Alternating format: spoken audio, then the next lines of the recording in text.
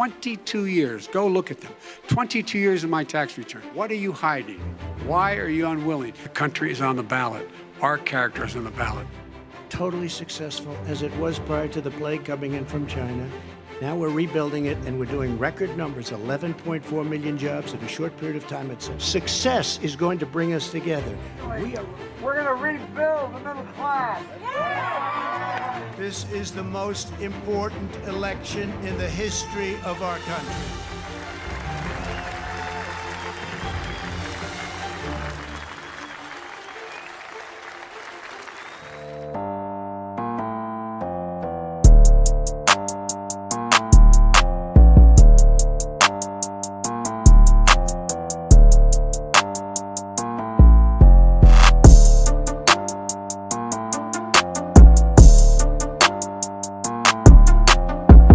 How's a water buffalo? 3, 2, 1. Hey, what's going on, guys? Old School Matt here, back with another Water Buffalo Training Method podcast. Today, we're joined by two people, two very respected people in my books, William Tobin and Abtahi Tishad. Today, we're both joined by students. They're both, one of them's going to be a medical student. Abtahi is going to be a medical student in the near future, and Tobin is graduating this year from his undergraduate degree. Today, we're going to be having a little bit of a political debate, not really anything that's going to be super opinionated, but we're going to be talking about the election and the stuff that's been going on in the past couple months, the past couple years. So stay tuned for a super dope episode. I'm going to introduce Tobin real quick first, and then Abtahi second, and let them give you guys a little bit of an intro of themselves, and then we'll jump right into it. So welcome, Tobin, or Will. I call him Tobin. So. Yeah, all my friends call me Tobin, so no offense there. But yeah, so pretty much the extent of what I can say about my background is that I'm a UF senior at the moment. I study biology. I was born in Connecticut, and I lived there for a little bit over the first half of my life. And I moved down to Florida right before high school. And I've been here in Palm Beach County ever since. Yeah, I look forward to some good debate. Oh, one thing I can say is that I spend my free time as an EMT. I'm a volunteer emergency medical technician. Something I enjoy doing is really, serving. Public service is what I want to go into. But yeah, that's enough talking about myself. I'm not very interesting, so I'll pass it along to Abtahi. All right. So my name is Abtahi. I was born and raised in Dhaka, Bangladesh. I came to the United States when I was 8 years old, and I kind of lived in West Palm Beach, Florida, pretty much my whole life until I went to college at UNC Chapel Hill. I graduated in May of 2020, majoring in biology and economics. And I recently got accepted into medical school, and I'll be starting medical school in fall of 2021. And something else about me, I've been interested in politics since I believe I was 11 years old. I've been watching the news since way back then. And it's just like a little hobby that I've kept up with my whole life. Definitely. And I'm just a guy who likes to interview people and ask people questions. So we'll jump right into it because we know we got Matthew Rogan. Yeah, who knows? Maybe we got a lot to cover today. So real quick, I'll ask you first, Tobin. Who do you think is going to win the election on Tuesday? And on top of that question, do you think that if the person that you think is going to win, do you think they're going to win fair and square? Or you think there's going to be a little bit of some controversy? Because we've been hearing a lot about that stuff. Well, whoever wins the election as determined by AP News has been custom since 1850, right? Or for however long. Whoever wins that determination will be the legitimate winner. The candidate who wins the election, you know what I mean? That determination is not going to be called unless, the Associated Press feels that such a determination is legitimate. Now, with regards to how they attain that legitimacy, which I think is what you're trying to allude to, I mean, I have a lot of faith in our electoral system, electoral officials, safeguards. all of our domestic security agencies have expressed, the utmost of faith in those safeguards, from the DHS to the FBI. I think that those safeguards are pretty, ironclad. What I will say is there's been some talk. I'm not going to necessarily mention which side it's coming from, but there's some talk of, alleging that fraud is going to be widespread in this election. Voter fraud in this country has a less than a 0.1% rate of incidents to qualify as voter fraud, which is a very, very serious federal crime. You have to basically demonstrate intent, and it has to be systematic. So if you find, I don't know, if you find 10,000 ballots in a dumpster, and you're standing there with a lighter about to set them all on fire, then that could, I suppose, qualify as fraud. And I think that that any kind of election security official would agree with me there. That's systematic because it's such a large number. What I will say is that there has not actually been any major cases. It's definitely not on that level occurring. And from what I've seen, it's fair to say that the minor cases which have been observed so far have been present on both sides. So I went on a little bit of a tangent there. The first part of your question was, who do I think will win, right? Yeah. Yeah. Okay. So the national polls, as you're probably familiar, show, I believe right now, about roughly 57 to 60% to like a 41% split. So that's national polling, right? Yeah. National polling does not correspond necessarily to who wins the election, as I'm sure you both are familiar. The Electoral College is what determines who becomes president of the United States. You need 270 Electoral College votes to win. So that national polling average, right, as might be determined by a poll aggregator like 538, that's basically meaningless, right? What you need to look at is a state-by-state breakdown. And in 2016, that's exactly how President Trump won the election. Is he lost the popular vote by about 3 million votes, Yeah. slightly 2.5%, 3 million. less than 3 million votes, and he won the Electoral College. So he did that with kind of a coalition of kind of Rust Belt voters, the quote unquote flyover states, and then he won Florida, as well as Arizona. So two key swing states there. The question is, will that occur again, right? So what I wanna point everyone to is the Great Lakes, right? The Rust Belt.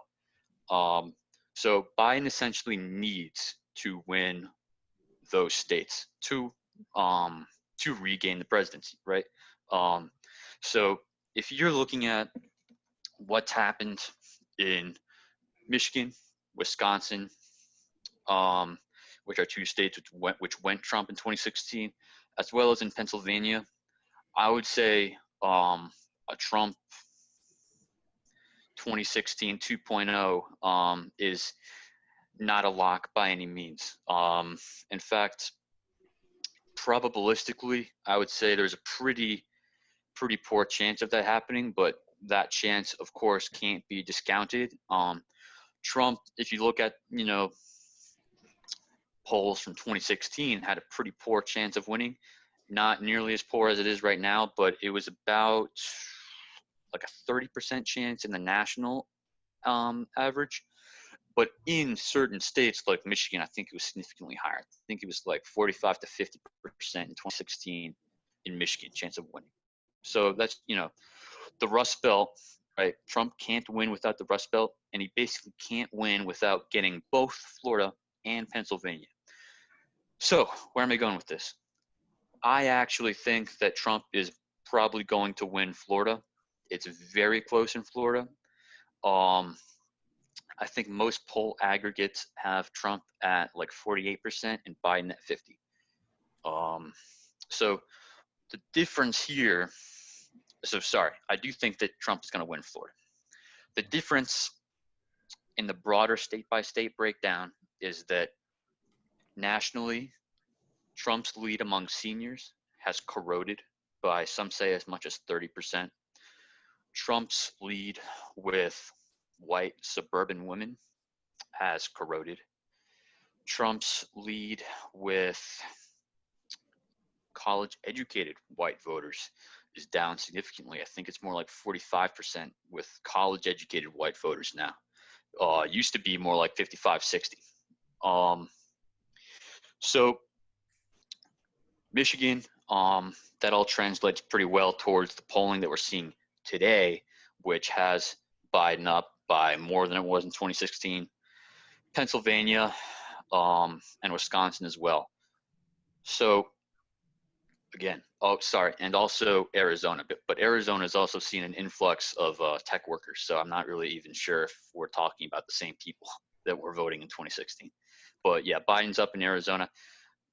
Broader picture here is, while I think that Trump is going to win Florida, I do not think that Trump is going to win those Rust Belt states. Don't think he's going to win Arizona, and I don't think he's going to win Pennsylvania. So my determination from my proverbial armchair is that I think that Trump is going to lose. But I'm excited to hear Abtahi's point of view. All right. All right, So, Okay. so Go for it. I don't think anyone wins on Tuesday, first of all, because 7 counties in Pennsylvania are not going to start counting ballots until Wednesday morning for some reason. I don't know why. So we're not going to, if it comes down to Pennsylvania, we're not going to know who wins. And I do agree with you. Yeah. Sorry. We're going to know Florida, and that's it. Yeah. Yeah. Trump cannot win without Florida. Like that's a given. Like he has to win Florida. He has to win Ohio. He has to win North Carolina, and he has to either have one of the Rust Belt states and get Arizona, or he has to win Pennsylvania and one of the Rust Belt states. So there's a narrow path to victory for Trump, but it is still a convincing path nonetheless. I mean, he has a very specific coalition of voters, if to mind you, that he has to win over. And I think given the way things have gone and given the way early voting has gone, I'm looking at disaster for the Democrats in many ways. And you know, it is concerning, because if you look at the early voting statistics in Wisconsin, in Arizona, and in North Carolina and Florida, Republicans and Democrats are essentially tied. And a recent CBS poll came out and showed that I believe 60-something% of Trump voters still haven't voted, but almost 60-something% of Biden voters already voted. So now if you go into election day with a huge Trump momentum, when everything is closed already, then you're looking at Donald Trump kind of pulling ahead in a lot of these states, with the exception of Pennsylvania, where I think the Democrats have a massive lead in early voting. And it really doesn't add up with all the polls that we're seeing. You know, the polls are, in my opinion, all over the place. Like if you look at Wisconsin, a recent poll came out that's showing, I think, Biden up by 2. Well, yesterday a poll came out that showed Biden up by 17.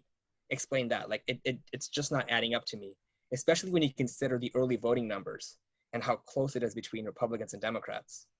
And one of the things that I noticed from 2016 is that a lot of the models that they used to poll, they've recalibrated their formulas. They all have their own proprietary formula for how to poll, who to target, how to call, and how to actually calculate the final numbers. And I'm wondering if they recalibrated in a way so that not only did they fix it, but they are more wrong than they were in 2016.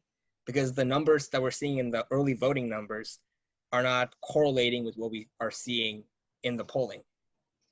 What do you think? So I think it's a who knows what's going to happen. You know, if that CBS poll is true, I know I'm talking about a poll, and then I'm talking about how polls are not right.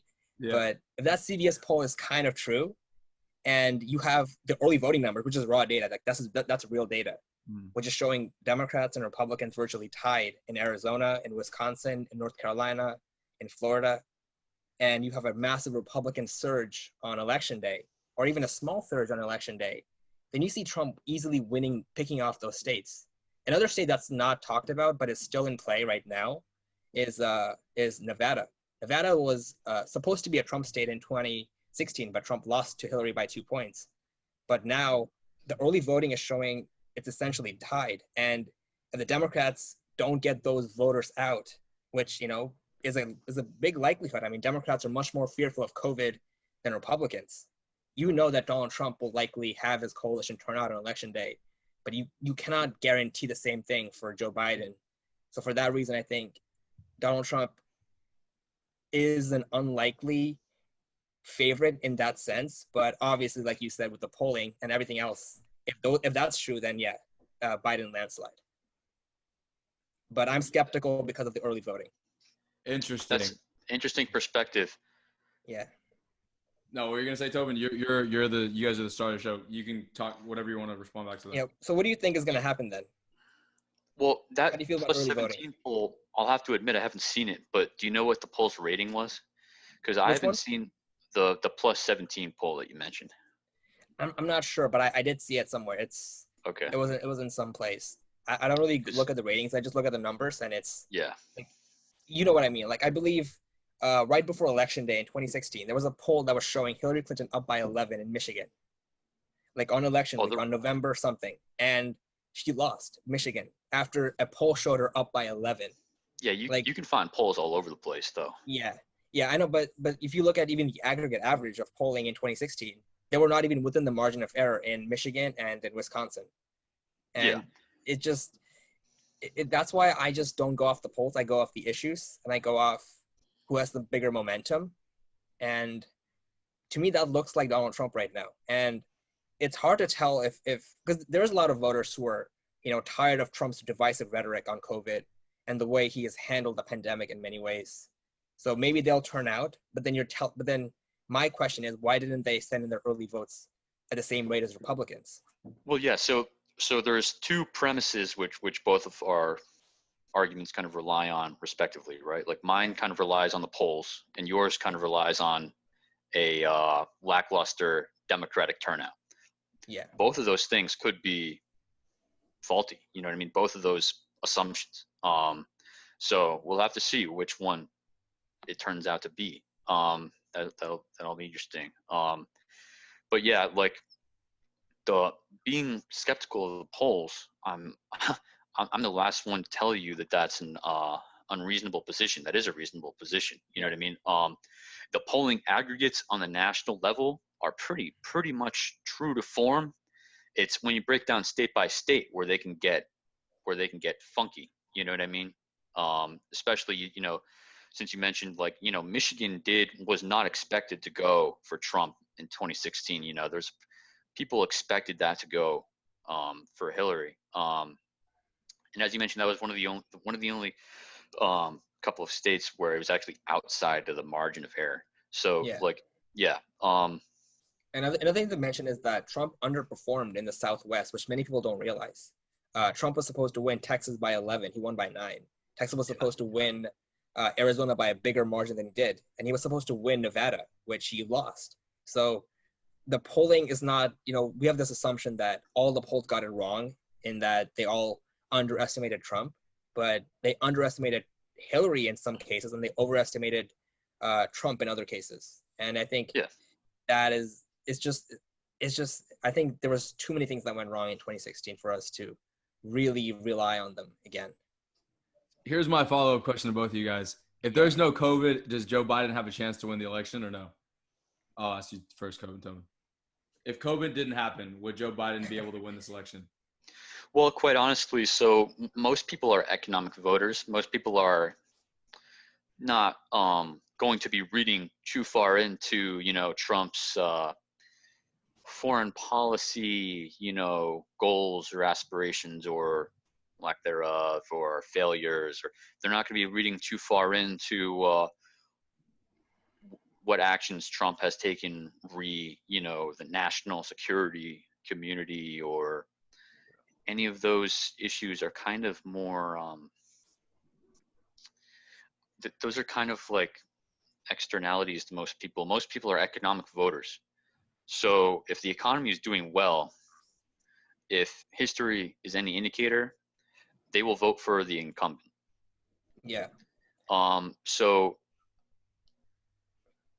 the question airs, I would say, yeah, because it's really the economy that determines what the incumbent's chances are, and I think, COVID has wrecked the economy. But yeah. that's not the only determinant in this instance. I'm not trying to say it is. Yeah. Another thing that we have to mention is that when Trump ran in 2016, the biggest issue was the economy, but it was also foreign policy. Yeah, because at that time, ISIS was really big.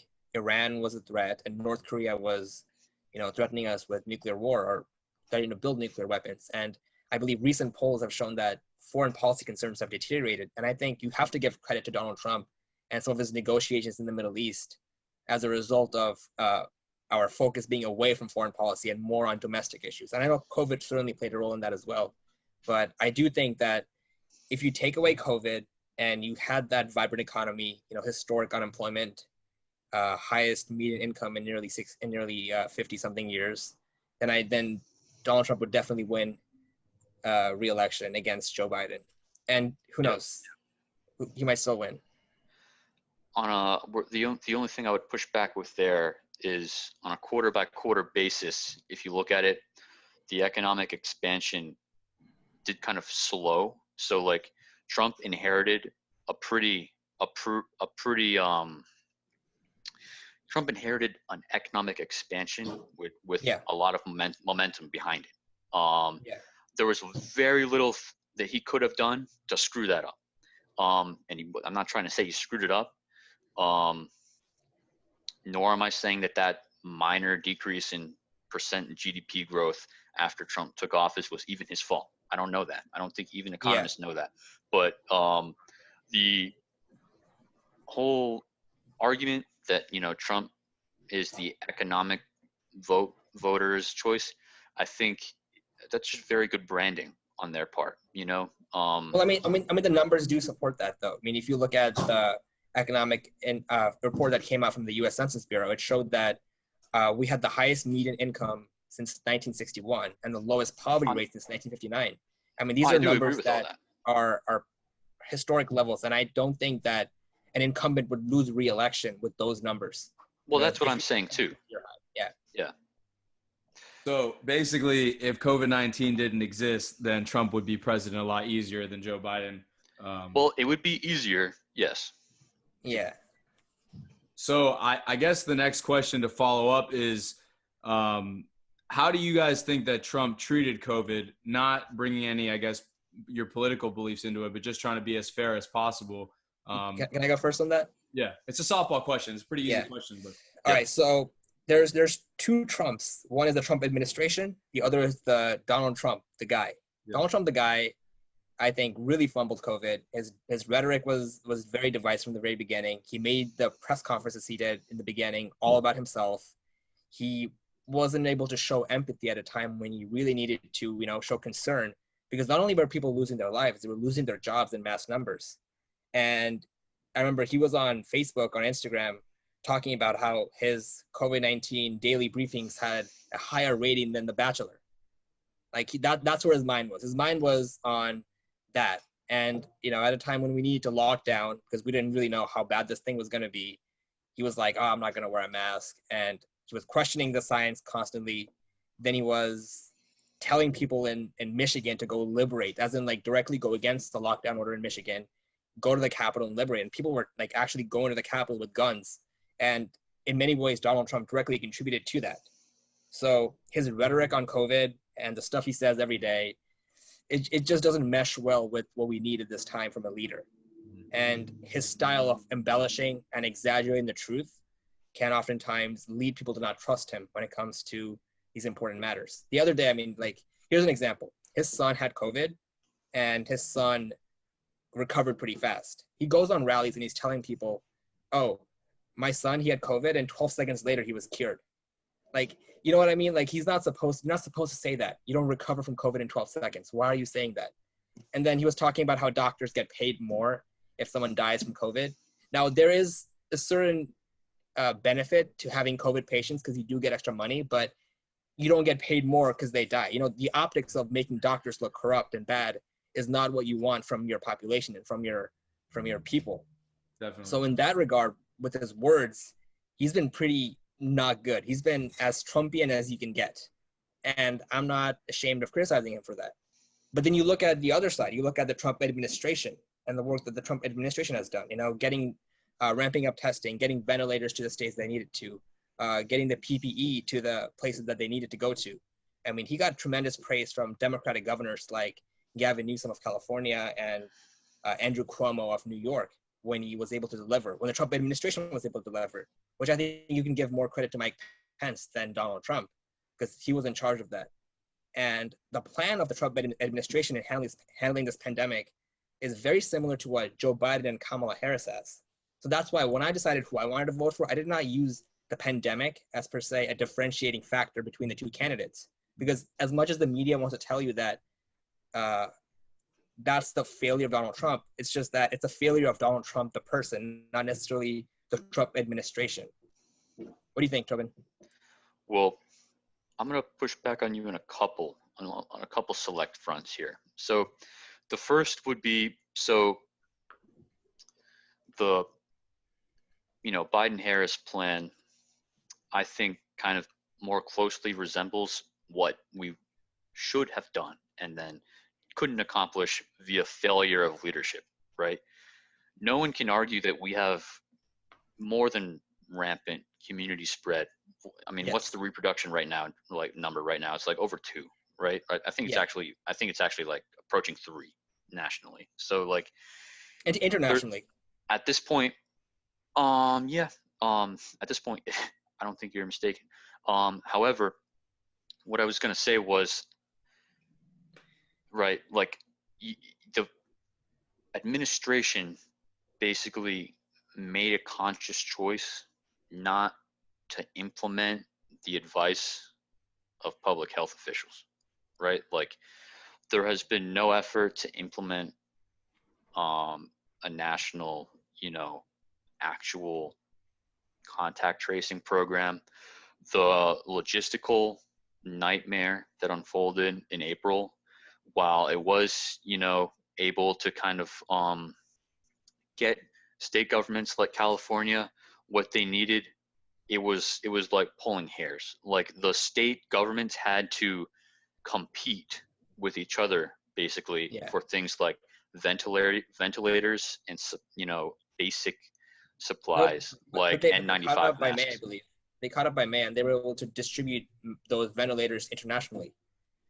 Yeah, but at the same time, the Trump administration, had to accept help from China and Russia, which I don't know. That's kind of an embarrassment, in my opinion.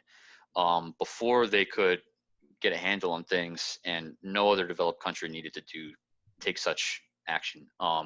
And I mean, our death rate per capita has been higher than any other developed nation on the planet throughout the pandemic, and we're supposed, what we do have the greatest, human capital of biological researchers, epidemiologists, excuse me, doctors, health professionals overall. You know what I mean? We have the greatest human capital for that on the entire planet, and the federal government has been lackluster in being able to leverage that. The results really do, in my opinion, speak for themselves. Like there's been no effort it's been anti-lockdown from the Trump administration, and I'm not going to be the one that critiques that. I think everyone is anti-lockdown now. Yeah. Even Dr. Fauci has spoken out against lockdowns because exactly. We realized that the economic damage for our lockdowns is far too costly to people's lives and their livelihoods, and eventually their health. Exactly. Than the benefit to them for community spread. Yeah, I don't think there are any public health officials who even advocate for lockdowns, and there were a few even in the beginning that did that. But so anyway, where I'm going with this is like his messaging has been very anti-lockdown, right? Yes. And again, Most people are anti-lockdown. But the thing is, he's been basically uncompliant in like adhering to what anything else that public health officials say. Yeah, his rhetoric on COVID has been So very poor. yeah, I really admit. regarding the Trump administration, again, that's where Yes. like your comments about Mike Pence come into play. Mike Pence has been actually the person in charge of the coronavirus task Yeah. force. Yes. And again, I do think that while they were eventually able to sort out some very basic logistical problems, that I think if they brought in, someone like Stanley McChrystal from day one, never would have even happened. But anyway, they were able to sort out those logistical problems. But there's been basically still no cohesive national plan. And Yeah, I that's the think big we've really differentiation suffered factor. from it. I think. Yeah, I mean, Well, yeah. Here's my point on this. National plan would require everyone in the country to essentially follow stringent measures that are set by the federal government, which I don't think is constitutional. I mean, the Biden-Harris administration, assuming they win, would have to recommend those protocols to the states, and the states would then have the option to either adopt or reject those protocols. Like right now, Donald Trump is yelling at Gretchen Whitmer of Michigan to open up to I don't know, end the lockdowns, but she's not willing to do it, and he has no authority to go in and tell them to do so. And if you look at what Joe Biden is telling people, he wants to create a very specific plan and course of action for how restaurants should open, how bars should open, how gyms should open. And in my opinion, it just adds too much bureaucracy in the problems. For example, one of the things he said during the debates is he's going to add plexiglass barriers between each booth at a restaurant. Well, that has proven to not have any effect. So if he's president and he actually does that, it's going to be costly for business owners, it's going to hurt businesses, and it's going to have no tangible benefit at preventing COVID-19 spread. So in my opinion, it highlights the failure of government overreach and the problems with increasing the size of bureaucracy, increasing the size of government regulations, and the harm that it can do to businesses. I think it is better, in my opinion, to allow businesses to set their own regulations, set their own guidelines, and follow them through accordingly. Right? Like right now, if you go to a Publix in Florida, you'll have to wear a mask, and there are social distancing protocols from within the store, and they maintain their own guidelines through their own incentive to keep their visitors safe, because they do have a large senior population that go there. So I think, imagine the federal government then on top of that added 10 more regulations to those businesses, which would then cost them more money, and maybe Publix would be fine, but those small businesses that don't have the resources to get those plexiglass barriers and whatnot, they're the ones that are going to be hurt, in my opinion. So I do like the fact that the federal government is letting state governments decide how to best manage their populations, which allows California to be California and Florida to be Florida and Texas to be Texas.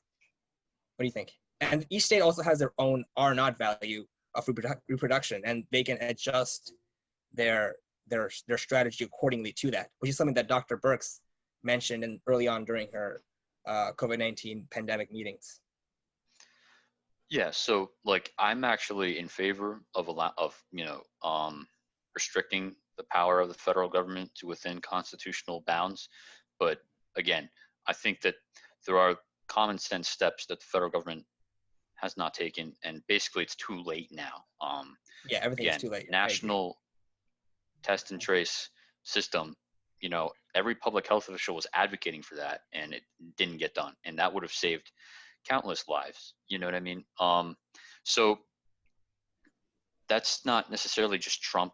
I think that's administration wide. I think his core cohort of advisors, like if you look at Dr. Scott Atlas, every, doctor who is trained in epidemiology or infectious diseases at all will tell you that this guy literally is clueless when it comes to infectious diseases. He has no training on the subject, and he's Trump's senior advisor on the coronavirus.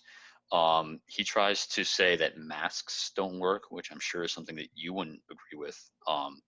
You Yeah, know, because the studies that I read show that it's between 40 to 80% effective, yeah, and it's but better if you layer it. So it definitely has a benefit. and both parties need to be wearing them for it to really have an effect too. But yeah, so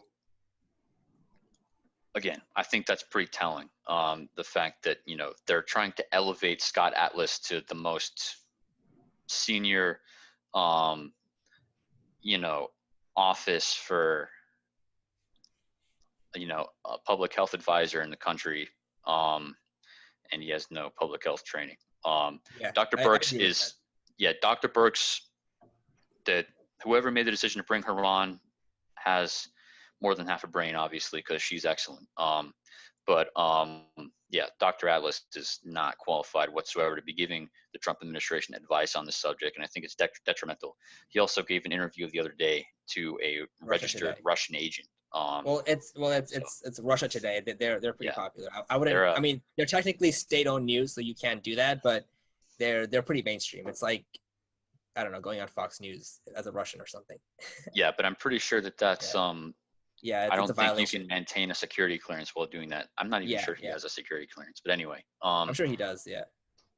Anyway. All right, we're going to jump back over to a little bit more election questions because I just thought about something where you guys were talking a little bit. Tobin, you were saying something I forget, but it just popped up in my brain. I think it's a pretty relevant question towards the election too, and because it is Tuesday. So you were talking earlier too, Tobin, about white voters switching over, like white educated voters switching over more for Joe Biden. But I've seen a big shift in a lot of minority voters going for Trump, especially in the Latino community. A little bit in the African American community as well. What are your thoughts on this? Like kind of the flip flopping, I guess, because a lot of people think, you know, if you're white, you vote for Trump, sort of thing. If you're minority, you vote for Biden. But we're starting to see, or I've seen a big shift just on an anecdotal level, but also I think some polls I saw out there talking about the African American vote going a little bit more Republican this year than in 2016. What are your thoughts on that? Yeah, so there's a slight shift, not a big shift, with African American men. I think it's like some polls have it like a 3, some have it like a 5% shift. So that's not like to be ignored. Yeah. Not saying that, but it's not like a monumentous shift, but it is there. Latinos in every state, basically except Florida, the trend you're talking about is not occurring, but it is occurring in Florida. And I'm not actually sure that it's a trend. That it was kind of like this in 2016 too, where in Florida, just demographically, and you know, the nature of the Hispanic community in Florida is not solidly Democrat like it is in other parts of the country. You know, the plural demographic of Hispanics in Florida is Cuban. You also have a significant number of Venezuelans, and those people validly have a fear of socialism, which tends to push them towards the Republican Party. That's been true basically for as long as those communities have been in the country.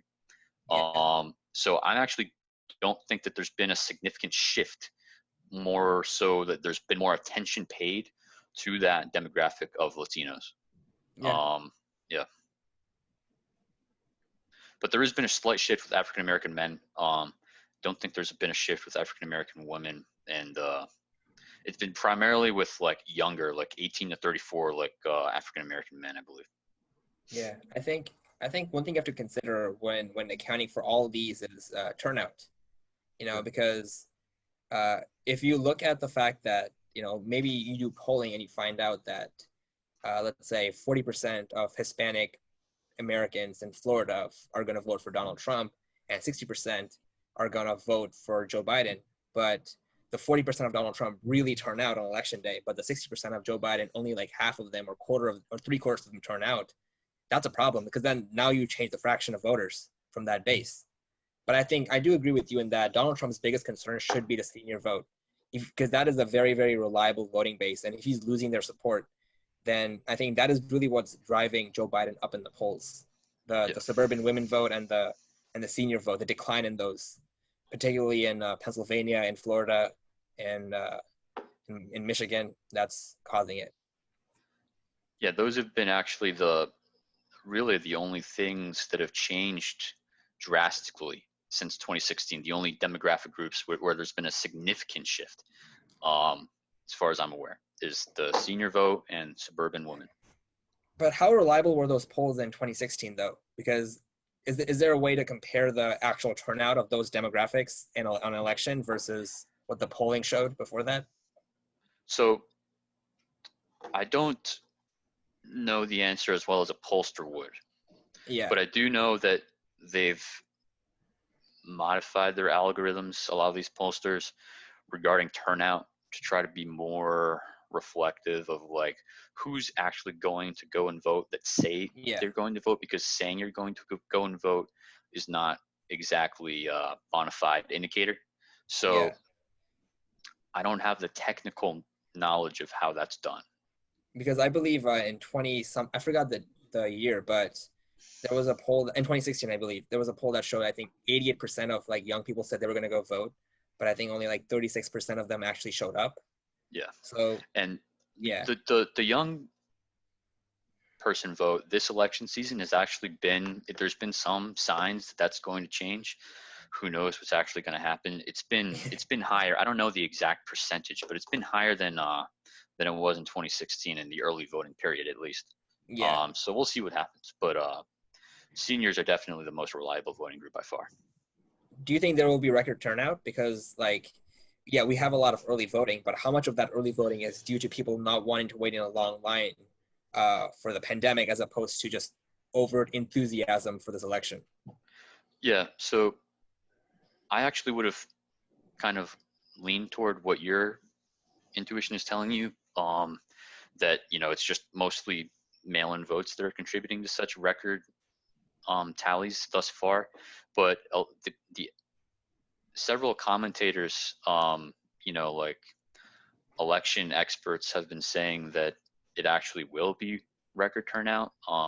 So I guess it's not really, I don't think there's really any science you can use in determining Yeah. if there's going to be record turnout or not. But a lot of people are pointing to this.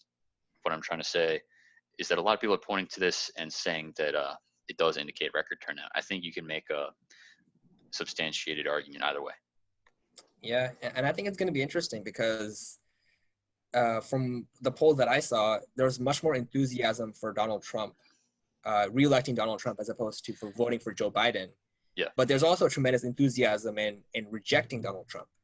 So Yeah. I think Trump's, you could have two strong drivers, both for Donald Trump, but in opposite directions, that could be driving the results on Tuesday. yeah, Trump's base is very energized to vote for Trump. Trump's base is really all that's left that's voting for Trump. But they're very energized to vote for Trump, and they do have the potential to, as we saw in 2016,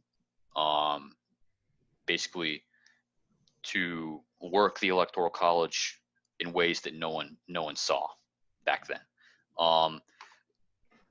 Again, the Democratic Party is a lot more ideologically diverse than the Republican Party. So like the Democratic Party, basically most I wouldn't say people are, that, no.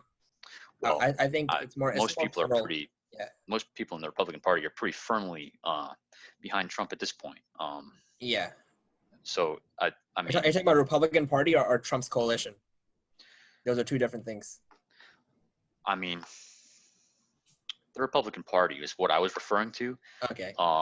Trump's coalition, I would actually argue, is more diverse.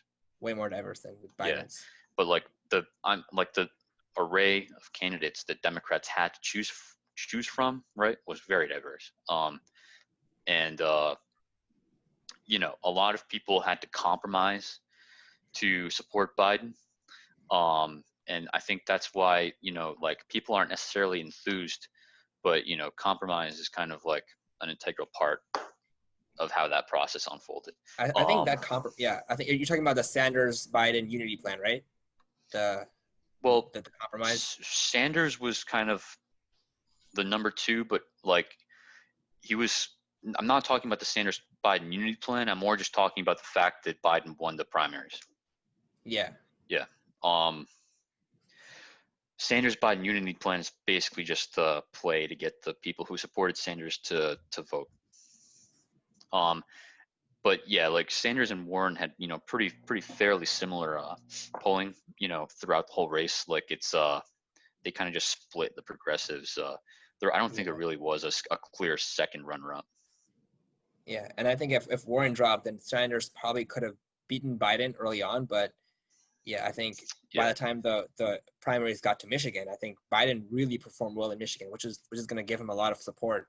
Neither Sanders nor Warren could have won in Michigan. So yeah. I don't know how much the result could have changed. Maybe it would have. I don't know. I think didn't Hillary lose to Sanders in Michigan last time? I think he did. I thought she did in Wisconsin, but not Michigan. But I could be wrong there. Yeah, but yeah. So I know she did lose in Wisconsin. Yeah. It's gonna be interesting. I think it's gonna be all about the turnout now.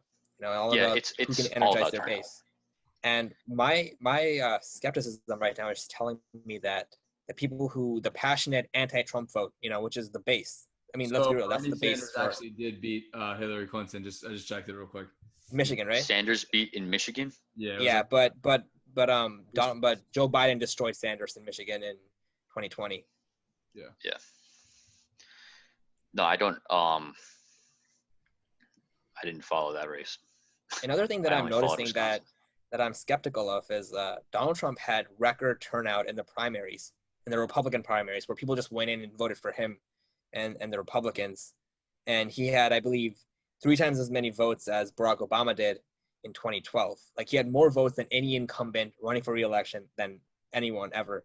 I believe he had like 18.5 million votes compared to Obama's 6.5, 7 million votes in 2012. And that may not seem like much, but I think it's indicative of his base turning out, which could play a potential role in assessing the 2020 election.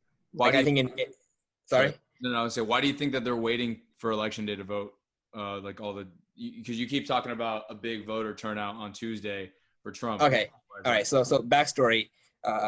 Basically the Biden-Harris administration, their whole plan was to energize their base to go vote by mail and vote early. That's the plea that Michelle Obama made during the DNC. Make a plan to vote early, vote by mail. And they were really trying to target young voters to just go in there and get it done early and fast. And that's been their message throughout. Donald Trump's message later became vote early, like this week, but that's been the consistent message of the Democratic Party since like in August. So the idea was that what was supposed to happen was the Democrats were supposed to vote early and by mail very, very quickly and have a massive lead going into election day. And the Republicans were supposed to catch up on election day with a massive red wave, as Donald Trump calls it, and have a contested election on election day where like the Democrats are up really high in the morning, but then by the nighttime, the Republicans catch up and they have a real race. But that's not what we're seeing right now. What we're seeing right now is the results are kind of tied. Like, it's like 45-45 Democrat Republican. The results are tied going into election day. And if you still have that red wave that they're talking about, then, it really doesn't look good for the Democrats unless they still have a lot of voters coming in on election day to rescue them. What do you think, Tobin? Yeah. Well, I agree insofar as that turnout is basically going to be all that matters at this point. I'm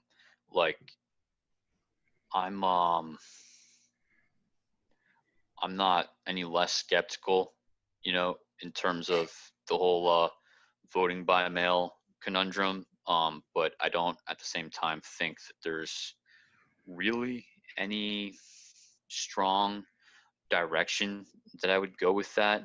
I'm not sure, whether on election day it's only going to be Republicans. I'm not sure, that as many people are even going to turn out on election day as they thought. There's a lot of kind of like confounding variables, like the same way that the Democrats, may have thought that they were going to have massive turnout by mail-in vote. The Republicans were kind of assuming that they were going to have massive turnout on election day. Yeah. So we'll have to see how it unfolds. It's all about turnout. Another big thing that we're not talking about is the problem with mail-in ballots, which is not fraud. I agree with you that fraud is pretty rare and it's pretty well accounted for. But the fact that many mail-in ballots may get rejected because of improper signatures, because they're not filled out properly, or they haven't met the proper protocols. And I believe in the New York primary, they rejected 1 out of 5 ballots because there was something wrong with how they filled it out. And many people, this was their first election, voting in by a mail or voting at all. And that's a nightmare scenario that I'm afraid of for the security of our country. Imagine if the Democrats have the high turnout, they have the votes, they can win this election, but you have this 20% of the mail-in ballots being rejected, and Donald Trump just is given a landslide. The Democrats are then going to feel that the election was stolen from them, and it could lead to a lot of unrest. And I hope this doesn't happen, but it is entirely possible that it could happen. I think there's going to be unrest for either result, unfortunately. Yeah. I think it'll be more so if Trump wins. 100%. I agree with that. Yeah. I was going to ask you guys let's go real quick through this. Trump wins the election. What happens in the next 3 months? Trump wins, then I think, we're going to have protests definitely on Washington to let him know that, he must keep the Affordable Care Act. He must protect abortion. You'll have the march for everyone, each respective group's lives, gun control, healthcare, abortion, and just pretty much everything we saw in 2016. But again, because it will definitely show that, because the problem right now we have in our politics is the left and the right. For the longest time, we had this thing that, we all want the same thing, but we have different ways of getting there. And that's how we maintain unity, is that we had this understanding that even if the other guy doesn't think like me, they still want the same thing as I do, and they want to achieve the greater good of the people. We don't have that same trust in the other side anymore. We feel that the other side is going to fundamentally change this country in a way that is antithetical to our beliefs, antithetical to our values. And when Democrats see Trump win, they see their country going in a direction that they hate and despise and don't feel proud of, and vice versa. If Biden wins, a lot of Trump voters are going to see this country being fundamentally changed and taken in a direction that they find to be very, very fearful. And we really didn't have that in the past, but I think it started in the early 2010s, and it's just intensified with the election of Trump. And that's really what's fueling this crazy divide in our country. Yeah, so I think over the next 3 months, you're not far off. What I will say is that I do think that there's going to be kind of more widespread, more like protest style mixed in with some riots if Trump wins. I don't discount that at all. So the International Crisis Group, which is kind of like a world-renowned security think tank, has said as much in their analysis of what they think is going to happen in this election vis-a-vis that scenario. The thing is, kind of like disturbances on the right take on a different form. They are less widespread, but they're usually against persons. Yeah. They're usually violent, as in like kidnapping or actual, crimes against persons. Activities, yes. Yeah, like if vis-a-vis like the Wolverine Watchmen, like there was a far right group kind of like took a little bit of heed from Trump's, liberate Michigan rhetoric, and they basically devised a plan, according to an FBI affidavit. It's currently being tried in the Western District of Michigan or Eastern District of Michigan, some Michigan federal district, where they basically tried to kidnap a state governor of Michigan, right? But That's a crime against a person. I don't think that was related to Trump at all. The FBI affidavit says otherwise regarding the Wolverine Watchmen's leader and like what kind of led to that ideation, but I don't actually know, Anyway, the security think tanks, the DHS and the FBI are all saying that if it's, the Biden scenario, it's not going to be like the way that unfolds is specific targeted violent events versus widespread, more like what we saw over the summer, which is more crimes against property versus crimes against persons. But it's widespread. So we'll see. I don't think there's a good scenario either way. The unrest is going to come with either result. That's kind of where I was coming from with that comment. Yeah. However, the next 3 months, apart from that, I think, there's going to be a lot of actual peaceful demonstrations.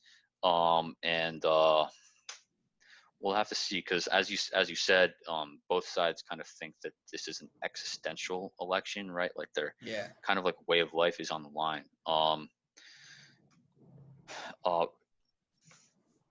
I have nothing.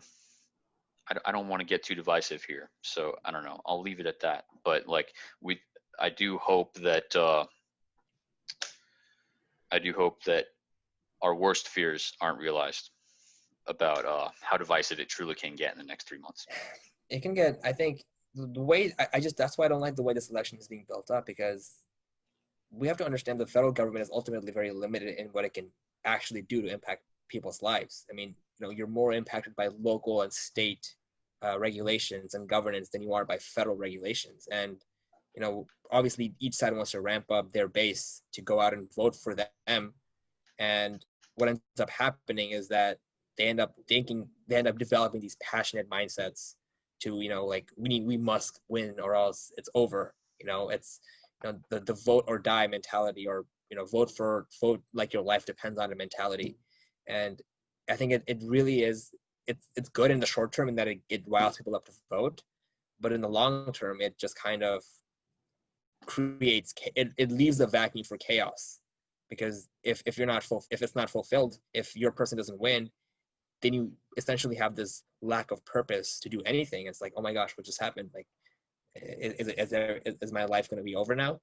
And that really is what's scary to me, and is potentially likely to lead to the divide and lead to the chaos after the election. But I do think that if Joe Biden wins, things will calm down. Will be calmer for sure, because the FBI and local law enforcement, federal law enforcement are better at, like you said, tracking and containing those specific targeted attacks than they are at sustained violence over long periods of time that could be coming if Trump wins. Yeah. And it's hard to say. Like the thing is, like, Biden has expressed a desire at least to be a president for everybody. You know what I mean? That's also something to consider. Yeah. He's also been, a fairly conservative Democrat for most of his career. And he has a very large coalition of people. He's openly considering appointing several Republicans, prominent ones at that, to his cabinet, such as Charlie Baker, the current Republican governor of Massachusetts. He seems to be expressing an explicit intent to govern with unity as the central goal. I will say that, and I think that's kind of like one thing he has to contend with is the Democratic Socialist coalition of his party. That is, I think, really where the Democratic Party is headed. And he has to contend with that Democratic base. Socialist, I think, is pushing it. I think maybe Social Democrat is a more accurate term. Yeah.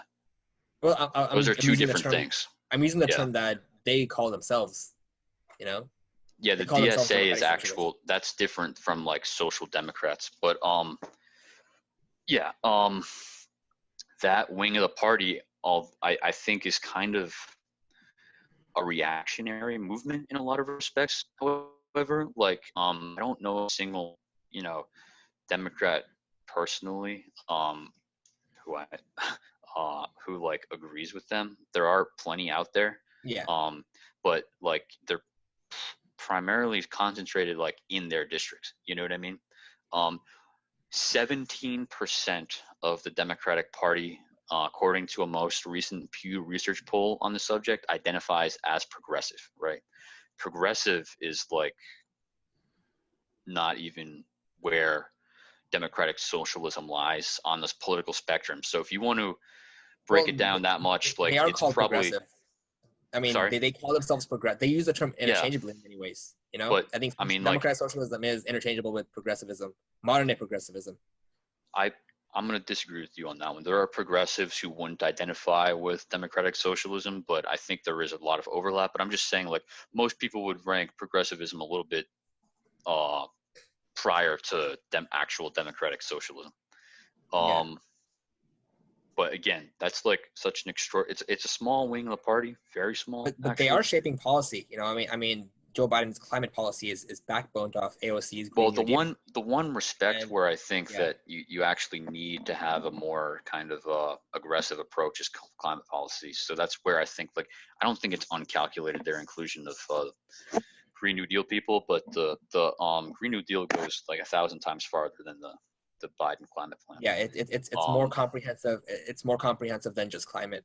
Yeah, but the Green New Deal is not at all what Biden is advocating for. That would be a gross misrepresentation. But yeah, like they did include Green New Deal people in forming their climate policy. That wouldn't be an inaccurate statement. But again, like, climate policy is the one place where I would say, like, you actually do need to be, like, not radical but aggressive. Because, if there are geologists that say that if we continue down this road, we have 4 more years of environmental deregulation, then it's actually going to be visible in the Antarctic ice. So the thing is, we have been able to reduce emissions through moving more towards natural gas and away from coal. And I think we reduced our emissions where Europe and China have drastically increased their emissions. So I do agree with you in that. It's just that when you talk about climate regulations, you automatically work on the assumption that regulation means less, when you can achieve less without regulations. And I think that's something we have to consider as well. Yeah, I haven't. I think that what's really more what I'm talking about is the fact that, like, you're not going to be able to achieve a conversion to renewables, without some sort of subsidization. Yeah, like I agree. and you can't really, you're not really solving anything if you allow kind of only the market to take its course. So we'll have to see. But, like, if you wait too long vis-a-vis the market, it's not gonna actually be, it's not gonna have a lot of utility. I think we have to wait on the market, because if you look at our current energy consumption and how much energy can be generated from wind and solar, it's like 8% of our grid. Places like California and Los Angeles are telling their citizens to shut off power during the day to conserve energy in the middle of summer, because they just cannot generate enough electricity through their renewable sources to maintain the needs and the demands of the public. Now, if we nationalize that policy and we do wind and solar throughout the country, the current technology does not exist to actually sustain that level of renewal, to sustain the demands of our population, which is still growing. You can't maintain our current electrical utilization with only wind and solar. Yeah. No, most realistic plans incorporate nuclear energy. But also, I'm not even sure if you can sustain our current rate of electrical utilization and still be sustainable. That's actually a question that needs to be answered. Another thing with like, climate you might change, actually have to in the future, I'm talking theoretically here, but you might actually, like, for instance, not be able to use lights during the day. Like, that's kind of how dire our current trajectory is regarding the climate. And again, it does rely on other countries, but that's exactly my point, is that if climate change is a global problem, then the Paris Climate Agreement actually failed at addressing it, because it allows countries like China, the largest emitter, to continue increasing emissions until 2030, and it does not put any restrictions on India or Pakistan, which are 2 major contributors to climate change as well. And my question is, like, if we really have this existential threat that's affecting us, then why is the United States of America bearing the sole responsibility of reducing emissions, when the Obama administration found that if we cut all emissions, not net zero, but complete zero, like Stone Age zero, then it would reduce temperatures by like 0.14 degrees Celsius, which is not enough to have a major impact on curtailing climate change or the climate catastrophe that the experts at the IPCC are predicting. Well, I mean, you'd have to reach out to the IPCC regarding that, because they fully supported the Paris Climate Accords. Like the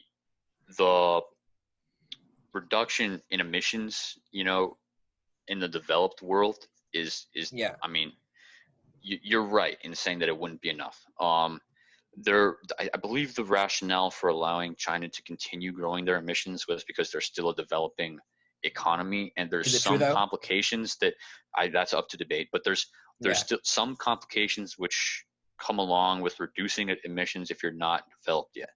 Like it could actually create a worse situation,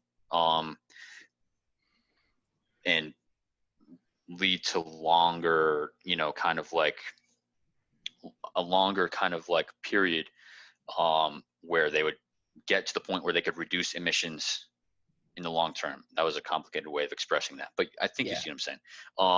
But again, I'm not saying it's a perfect solution, but I think it hasn't been a replacement for the Paris Climate Accords. So I mean, I think if you want to use the argument that they pulled out of the Paris Climate Accords because it was ineffective in solving climate change, I think that's something that you need to substantiate a little bit further personally. It essentially set the target for emission reductions to the time in which each country would naturally have to reduce emissions, and it Yeah.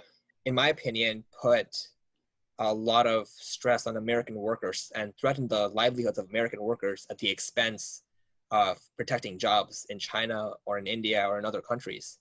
And I think that is probably the reason why the Donald Trump administration pulled out of it, is because they saw that other countries were not being held to the same standards as America.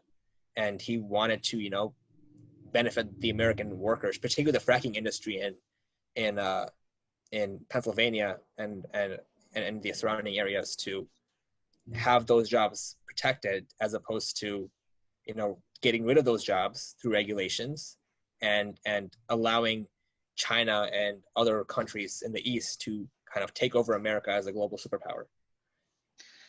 Yeah, well, I mean, if you're worried about China overtaking the U.S. as a global superpower, I think there are other means that the Trump administration has taken to achieve that, and they've been more successful than if they had adhered to the conditions of the Paris Climate Accord. However, I do think you make some valid points. I don't agree in the broader moral assessment that saving, you know, some like fracking jobs is, you know, on the moral seesaw more important than reducing emissions overall.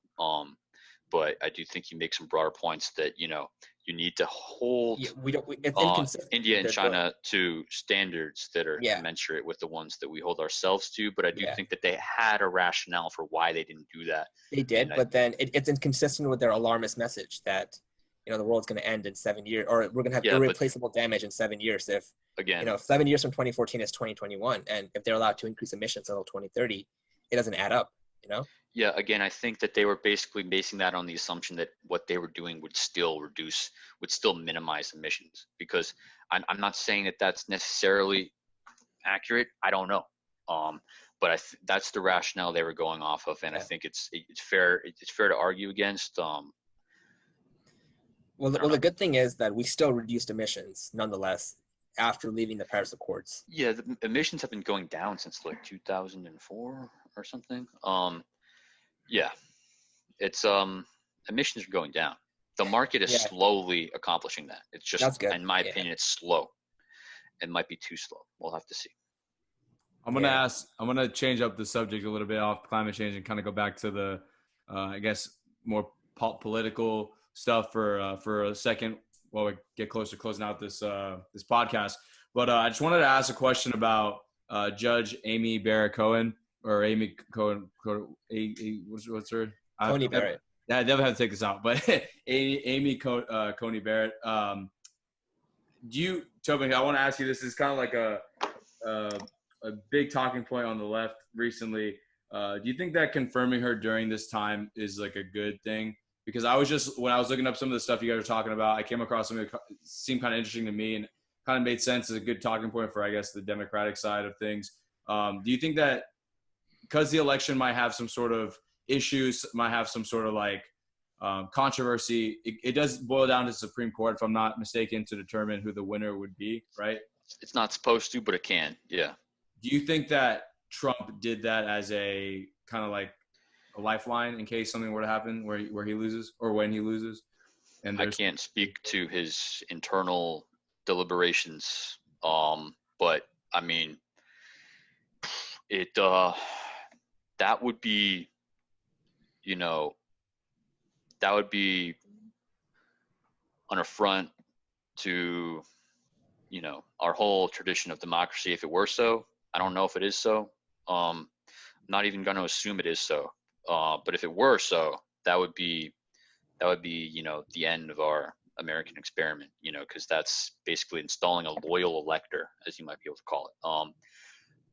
Again, not assuming that that's the case. But what I do think would really put those worries to bear is if she recused herself. The timing of that nomination, while that's a subject for an entirely different discussion, the timing is, you know, 40% at least suspect. So you probably, if you're, you know, it would be a judicial norm to recuse yourself if there's any semblance of, you know, foul play in that regard. You know what I mean? That's the judicial kind of like norm here. I don't have any personal problems, you know, with Amy Coney Barrett whatsoever. I'm just saying that, you know, it would really, you know, lend a lot more credence to her tenure as a Supreme Court justice, in my opinion, if she recused herself. That would still leave a conservative majority on the bench too, most of them being originalists. I think it's gonna. Let's hope it doesn't get to that point. Yeah, but the Supreme Court might not even get involved. Yeah, I don't think it will. I think the probability of them having a tie is probably less. It's definitely less likely than one of them winning it. You know, so let's just hope for that. But regardless, I think I was not a big fan of them having this pushing this vote through right before the election, and I just entirely blame it on them switching to a simple majority in 2014 as opposed to a supermajority, which they needed before that. Because the moment you switch to a simple majority, you're essentially setting the stage for partisan picking of judges to put on the court, instead of like an actual agreement by both parties that, hey, we need to pick this individual. You know, if we still had to go by the supermajority before 2014, then we would not have had her, you know, appointed. We would have had to actually wait until after the election. But since I believe the Democrats changed it in 2014 to simple majority, then they could just rush this out really fast. And I don't know. I was just not a big fan of that by the Republicans to do that. I know they had the legal authority to do it. They have done it in the past in election years, but it was a very divisive move, and I think it was just not a good look. No, I agree. I was saying that was a separate discussion, but I think you addressed it well. There hasn't really been, at least in recent memory, a partisan vote in an election year, like a vote along partisan lines. The Obama nomination, which occurred right after they made it a majority, which kind of, you know, they didn't foresee, obviously, the Republican Senate stalling them on this. But yeah, so like when Obama nominated Merrick Garland, Yeah. that was an election year, and the Republicans blocked it, right?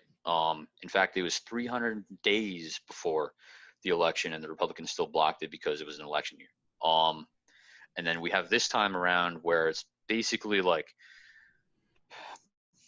I mean, basically it's blatant, you know, hypocrisy, because the Republicans are basically saying like it's an election year, but this time it's different because we have the presidency and the Senate. Like, yeah. I find that a weak argument. Yeah, that's the Ted Cruz argument, right? Yeah. So they pushed Amy Coney Barrett through, and I don't have any problems with that nominee per se, but I do have a lot of problems with the procedure. The process. Yeah. That's exactly. I think I completely agree with you on that. I think it seemed like a curtailing of democracy to do it so soon to an election, and they shouldn't have done that. And at a time when people have little trust in institutions, like, you know, everything looks political, and the judicial branch is supposed to be that one branch where both parties kind of look at it as this neutral purveyor of just the Constitution. But now that with her appointment, it effectively, well, you could argue that it happened with the Kavanaugh appointment as well. It looks like a very negative and this conservative entity. Yeah. And that's what brings up the argument for court packing by many on the progressive side of the Democratic Party. Yeah, so like Biden, just for the record, has said that he's gonna institute a bipartisan kind of like a study group to analyze if they should reform the Supreme Court. Just he hasn't come out in favor of court packing. But yeah, like that's what it entails though, right? Well, not if it's bipartisan.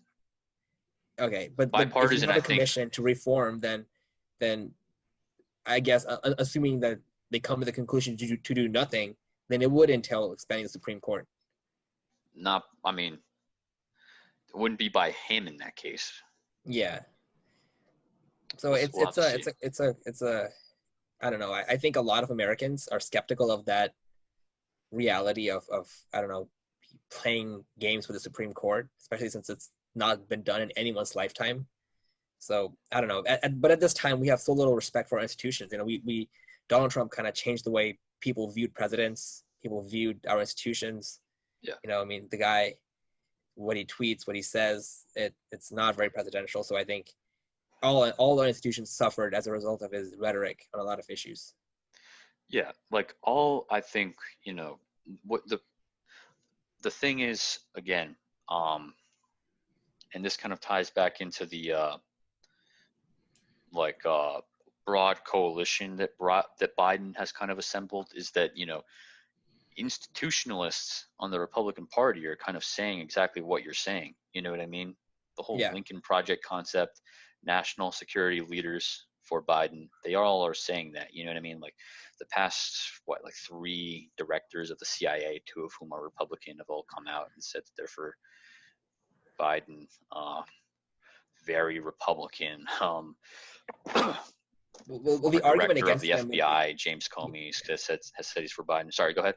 The argument against that would be like, these are people who, many Republicans, Donald Trump would frame them as people who are the worst of the Republican Party, who are the rhinos, who are the warmongers, who are the people that both parties universally hated. Or he would say that about Bush, because Bush was the president of the United States, a Republican president, and he's come out against Trump. So I think he would just say that against anyone who disagrees with him. Yeah. I mean, after what he did to Jeb, I mean, you cannot imagine him backing Trump after, seeing little brother get assassinated on debate stage. Listen, I wouldn't call that assassinated. We can unless you're in middle school. We can digress. But listen, we gotta wrap it up. But I do want to ask one last question, because I feel like this is a very relevant question. It's kind of like a crazy sort of like out there question, but to me, not really. So we all know that Joe Biden, obviously, he's got some sort of mental cognitive decline. You can't disagree against that. It's just like you see it in all the videos. You see the way he speaks. And there's nothing wrong with the fact that he has a stutter or whatnot. There's nothing wrong that he has speaking issues. Obviously, it's been way back in the day. He had some of the issues that people call him out on now. But there is a factor of some sort of cognitive decline in his mental state, correct? He's not the same. Just an hour ago, he said that I'm the grandmother of Finnegan Biden. Anyways, we'll leave the debate how far gone he is, but it is a possibility because he is up there in age. Let's just say out of the somewhere in his presidency, Joe Biden dies, or Joe Biden gets I think it's the 25th Amendment where they move him out of office. Kamala Harris becomes president. Article 3. What are your guys' thoughts? Tobin, you can go first on Kamala Harris being president, and then Abtahi, and then we can close out this podcast. Yeah. So I think there's much bigger fish to fry than Biden's age. He's said that he's gonna do a lot of things which I find to be basic responsibilities of the office of presidency that Trump has refused to do. Listen to scientists, respect the national security community, restore the American standing in the world. And Trump has undermined all those things. And I think that really, under normal circumstance, I would actually agree with you on Biden's age, but in this case, I don't. So with that out of the way, if Biden does, suffer a mental incapacitation during his presidency, which no one is discounting. I mean, it could also happen to Trump. Trump has a couple of weird visits to Walter Reed. He's also only 3 years younger than Biden. He puts on a facade that he's, mentally stronger. I don't know if that's true. It might be true. I don't know. But either way, President Harris, I think, would be inheriting an unprecedented situation since the 20s. I think was the last time someone died in office. So JFK. Oh, right, you're right, Lyndon B. Johnson. But Yeah. wow, it's late, guys. But so yeah, Harris, I think, would act responsibly. I don't know if that's my own personal bias talking, but to think that she's going to go and implement some rogue agenda, I think is a little biased in and of itself towards the other direction. You know what I mean? Like that would be checked so thoroughly by the Biden administration, which would already be in place, that I don't even think that she would have much power to do so. Yeah, I think a lot. I mean, aside from the joke I made earlier, I think his mental decline is a little bit too exaggerated. Like, I mean, he didn't look as bad in the debate stage. When you listen to him for an extended period of time, you will definitely find the gaps for there's a minute gaps. or two. Yeah, but it's not an extended problem that you see with he him. fumbles words like I'm the grandmother. Like. Yeah. Sorry, go ahead. Yes. I'm so sorry. So because of that, but in the event in which he is incapacitated and we have to have a Kamala Harris presidency, I think it's going to look a lot like the Obama presidency, where you have, a president who's strong-minded in what she wants, but is unable to get things done through Congress and is unable to pass laws through Congress. And we will essentially just have a lame duck president, and she'll have to work through executive actions. I mean, that's my personal opinion on how it will go, but I don't see her compromising much with the Republicans, and it'll likely be a replica of Obama's last 2 years. Well, yeah. Obama was kind of a centrist. People forget. A lot of the compromise. I think Obama did make an effort to compromise. I don't know whether Kamala would. I really don't know. But but I think the fears of like some rogue Kamala Harris presidency are very overplayed. Yeah, I think so too. That's all I want to say. So. Yeah. I just think our institutions are too strong for any individual to really supersede their bounds and act in a rogue manner. I think. Yeah, unless you dismantle the institutions, which is exactly which has been an argument that's been made by some people. Like I saw an article, I think, that was saying we need to do away with the Constitution because it's the white supremacist doctrine or something. Okay, I don't think anyone agrees with that. No, I've seen a lot of that, actually. And where have you seen that, Matt? It's been. I want to throw this in here real quick before we do close the podcast. You could just every constitutional scholar is all of the big constitutional scholars, you go to Yale Law School, Columbia Law School, they all have they're all liberals. And I'm not saying that like this is I think there's actually a problem a little bit with liberal bias in law school, but like to say that that there's a sizable cohort of people who want to do away with the Constitution because it's a white supremacist document, I think that's overplayed. You have two segments of the left. You have the liberal left. You have people who believe in what you would consider a traditional Democrat or a JFK liberal, a JFK Democrat, and then you have a more authoritarian version of the left. The people who want a command style economy, the people who want to stifle speech, expression, and ideas. And I think there is a growing and sizable coalition of that, particularly on the West Coast, that I do think are having an impact on major institutions. I mean, if you look at the 1619 Project and things like that that's been coming out, it isn't within those bounds Yeah, again, I'll just point you to the 2019 Pew Research poll. It says like progressives, which are not nearly approaching that level of authoritarianism, are 17% of the Democratic Party. So like, I think the thing is the right wing kind of outlets kind of like have an agenda to overplay that part of the party. Just like, like if you go on MSNBC, they overplay Do you the think you need to have the white majority to supremacist have aspects of the tremendous Republican Party. influence? Do you Sorry? think you need to have do you think you need to have a majority to have tremendous influence? Tremendous influence, a majority? No. Yeah, but I don't think that's my anyone point. could disagree with that. Yeah. So I just wanted to point this out real quick, because I talked to Tobin about this before. I don't know if I brought this up to you. I actually argue against those people as hard as you guys most likely do, though. Like, but the thing is, like, I'm not alone in that. That's all I'm saying. Yeah. No, and I'm a very centrist, Democrat. Sorry, go ahead, Matt. No, I think that, and I don't know if you'd agree with me, Abtahi. Tobin doesn't necessarily agree with me as much. We talked about this before. The role that social media has to play in politics, and I think that obviously social media is growing. It's becoming a platform that everyone uses nowadays, almost like a community in a sense. I think in the next 20 years, social media is going to be more of like and it already has been our day-to-day lives, but it's going to be even worse, like in terms of like how we actually like function as human beings. I think it's going to be like we're going to rely way more on it. And if you know where I'm getting with this, the impact that social media has made towards that extremist group and how that's growing on social media, influencing people to kind of welcome them into this group of progressive thinkers, or as we like to call them, far left, people. And it's kind of making the far left, anecdotes and the stories they tell and the policies they want to push by seem more normal.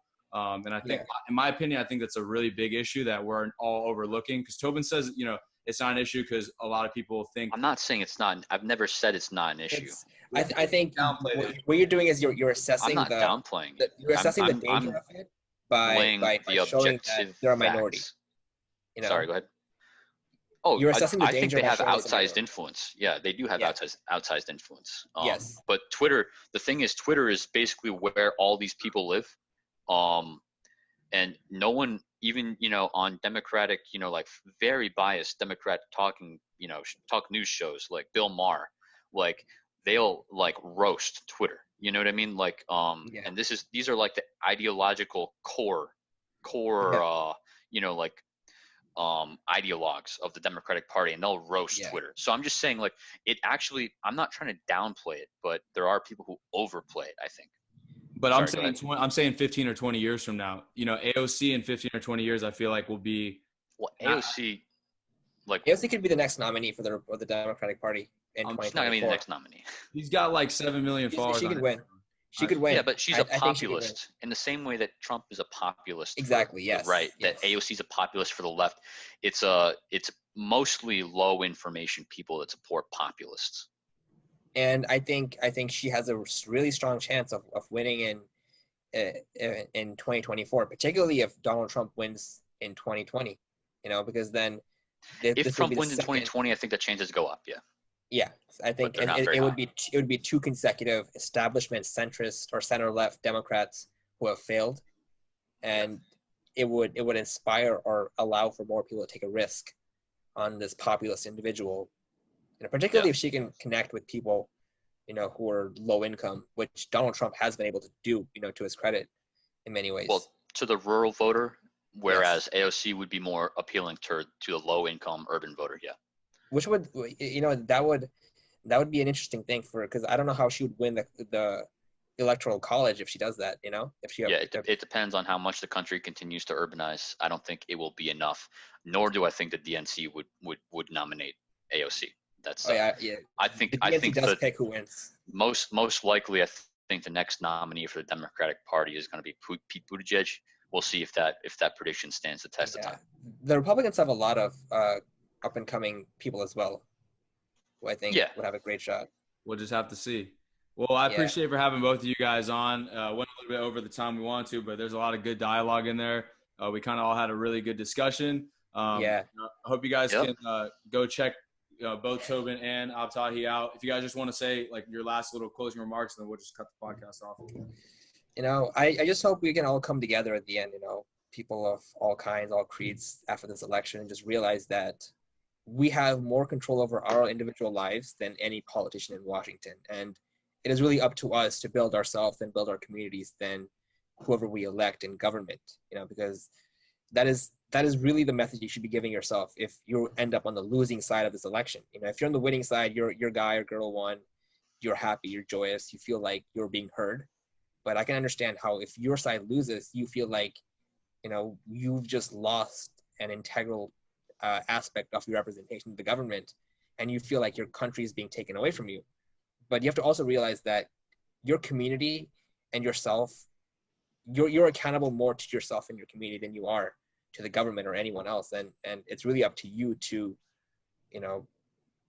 improve yourself and to make yourself of something and find meaning within yourself to really move forward, and not to just be filled with hate and contempt for whoever's elected, because ultimately you have to trust that individual to carry this country forward. And I will do that regardless of who wins. Yeah, I think that's a great thought to close on. One thing I will say is that, like, this is kind of how, a debate should take place. We've been civil. We argue about policy. We didn't disagree on everything, but one thing I'll highlight is that, you know what I mean, like, we agree that we both want the best, and I think that's important. Yeah. And Abtahi kind of touched on this a little bit earlier. I mean, like, most people really just, they want what's best for the country. So I think we all need to agree on what the facts are, because that's where I think kind of like a lot of the problem is coming from. We need to agree on what the facts are. That's kind of essential to a democracy. Yeah. And then we need to come together again and then discuss policy, rationally, and stop disagreeing over what the facts are or painting the other side as some boogeyman. Yeah. But yeah, this was good, and I enjoyed being here. So yeah, thank you, Abtahi, for being the other side. Yeah, thank you guys. And if you guys want to reach out to them, I'll have their social medias in the bio in the description below. Thank you guys for watching. Have a great rest of your night. Peace.